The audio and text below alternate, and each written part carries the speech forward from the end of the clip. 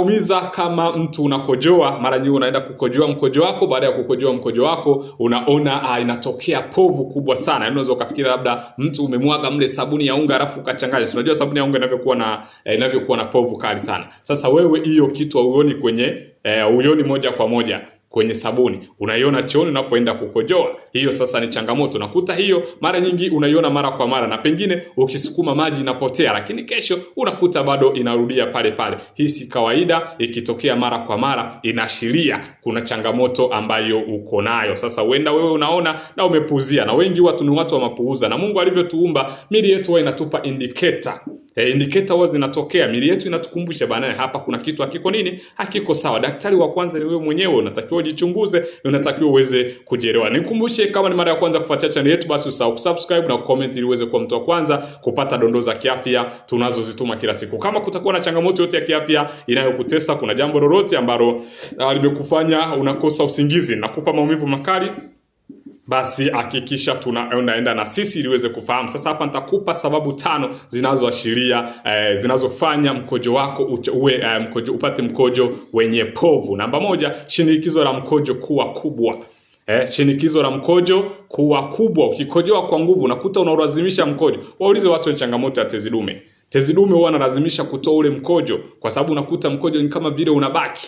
Sasa kama una changamoto ya tezi dume, basi na nyewe unatakiwa tuwasiliane ili uweze kupata msaada. Sasa kupush ule mkojo kwa nguvu, kupush kwa nguvu na ulazimisha, inaweza ikaonekana hii, lakini ambayo sio hatari, na mara nyingi unakuta hiwa ni mara chache. Huwezi kupush mkojo wako unasukuma kwa nguvu kila siku. Kuna siku unasukuma kwa nguvu, kuna siku kawaida. Acha kupush mkojo, acha kusukuma mkojo wako kwa nguvu. Unaposukuma kwa nguvu inaweza ikatoka na povu moja kwa moja. Sasa kama una changamoto ya tezi dume, hakikisha unapata suluhisho mapema, usisubiri. Wengi wamekuwa na changamoto hizi, wanasubiri, unakuta imeshabadilika, imeshakuwa kansa ya tezi dume. Sasa unasubiri kansa ya tezi dume, unakuwa unasubiria nini? Hakikisha afya yako unailinda, hakikisha afya yako unaifanyia maamuzi ili uweze kuondokana na changamoto hizi ambazo zimekuwa zikikutesa mara kwa mara. Kwa hiyo shinikizo kubwa la mkojo ni hatari kwa afya yako. Hiyo linaweza kukuua au linaweza kukuumiza kila siku. Hakikisha acha kupushi mkojo kwa nguvu. Shinikizo la mkojo kuwa kubwa linasababisha kupata mkojo uliochanganyikana na damu.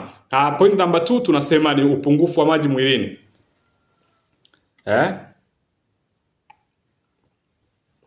Kufanya hivyo, maji, sawa? Maji tu, kunywa maji tu mpaka uelekezwe na daktari.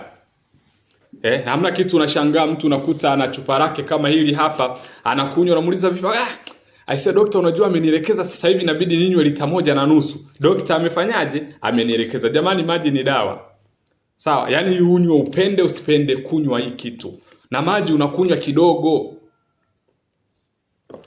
Ni kama dawa hii kitu. 75% ya mwili wa binadamu ni maji. Sasa wewe unasubiri mpaka upewe maelekezo na daktari. Hatari kwa afya yako. Hakikisha unatengeneza mazingira ya kuona kunywa maji. At least kwa siku hili lisikosekana, ingawa kunywa maji kulingana na kilo zako ulizonazo moja kwa moja. Unapokuwa mkojo wako unapokuwa na upungufu wa maji, mkojo unakuwa concentrated, hivyo povu linaonekana zaidi. Ukiona unapata mkojo wenye povu, maji unakunywa? Kunywi maji. Hakikisha unakunywa maji ili uweze mkojo wako pia ukosekane changamoto ya hiyo kitu ambayo tumeongelea. Lakini protini kwenye mkojo, wengi wamekuwa wakituuliza hii kitu ni hatari. Ukishaambiwa kwamba una protini kwenye mkojo, wengi wamekuwa wakiniuliza nimeambiwa na protini kwenye mkojo, hii inamaanisha nini? Hii ndio sababu muhimu zaidi inaweza kuwa ishara ya figo yako imeanza kuathirika, kuwa na protini kwenye mkojo. Kwa sababu unapokuwa na protini kwenye mkojo, ina maana tayari zile vichujio glomeruli zimeshakuwa affected. Zikishakuwa affected, moja kwa moja hiyo protini inaweza ikatoka kwenye nini? Kwenye mkojo. Na hii ni hali inaonekana sana kwa watu wenye changamoto ya pressure, watu wenye changamoto ya kisukari, watu wenye changamoto ya figo. Pressure huwa inapasua yule msukumo wa nguvu wa damu, huwa unapasua zile veins zinavyopatikana kwenye figo. Zikishapasuka utapata protini kwenye mkojo, namba 1. Lakini namba 2, watu kisukari huwa kinaharibu zile vichujio, inaitwa glomeruli kwenye figo. Zikishakuwa affected zile vichujio, moja kwa moja utapata shida. Moja kwa moja utapata protini kwenye mkojo, na ukishapata protini kwenye mkojo, moja kwa moja utapata mkojo uliochanganyikana na povu. Sio nzuri kiafya. Namba mwisho tunasema wenye matatizo ya moyo.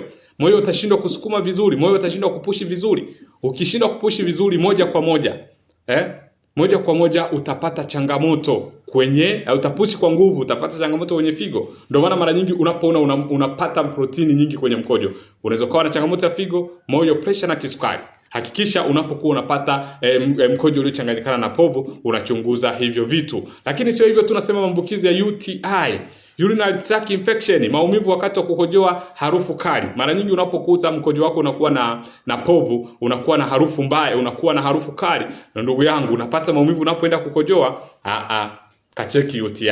UTI ni ugonjwa mkubwa sana ambao unaathiri figo. Sawa, hakikisha unaenda kucheki UTI na unaweza kutafuta namna ya kuondokana na changamoto hiyo moja kwa moja. Mwisho tunasema ni magonjwa ya figo yanayoanza kimya kimya. Chronic kidney disease, moja kwa moja uanza kimya kimya bila maumivu. Na unaanzaje kimya kimya bila maumivu? Unaanza kwa kupa hiyo. Inaanza kukupa kwa red flag ya kupata mkojo uliochanganyikana na dawa na uliochanganyikana na povu. Kwa nini unapata mkojo uliochanganyikana na povu? Angalia figo zako ni salama. Angalia figo zako ziko vizuri. Angalia figo zako zinakuita. Figo zako zinakukumbusha kwamba hatuko vizuri, tumekuwa affected moja kwa moja. Hizo ndo sababu ambazo zinasababisha upate mkojo ulio na povu jingi zaidi. Hatari ni wapi sasa? Huu ni muda ambao maalum wa kwenda kumuona daktari. Unapopata mkojo ulichanganyikana na povu, mkojo kama povu ukaambatana na changamoto ya miguu kuvimba na uso kuvimba asubuhi unapoamka, uchovu usioeleweka, lakini pia na pressure ya kupanda. Ukiona dalili hizi, sawa, hakikisha unafanya kipimo cha mkojo haraka, kwa sababu hizi zinaashiria moja kwa moja figo yako imeshakuwa affected. Mguu unavimba, sawa, uso unavimba asubuhi, unaishiwa nguvu, uchovu, power inapungua, lakini na pressure inapanda. Hakikisha unatafuta suluhisho, ambayo tunasema mkojo wenye povu mara kwa mara moja si tatizo. Unapopata mara moja, hiyo sio zati, ni not a problem, sawa. Lakini ikiwa ni mara kwa mara, usipuuze, figo zinaharibika kimya kimya, huwa zipigi kelele. Nikukumbushe, kama ni mara ya kwanza kufuatia channel yetu, basi usahau subscribe na ucomment ili uweze kuwa mtu wa kwanza kupata dondoo za kiafya tunazozituma kila siku. Tuambie una changamoto gani ya kiafya inayokutesa ili uweze kupata msaada zaidi. Nikukumbushe, kama ni mara ya kwanza, hakikisha unatufollow. Una swali lolote, tuulize hapo chini kwenye comment ili uweze kupata msaada zaidi. Baada ya kusema hayo, nikukaribishe na Mungu apate kukubariki.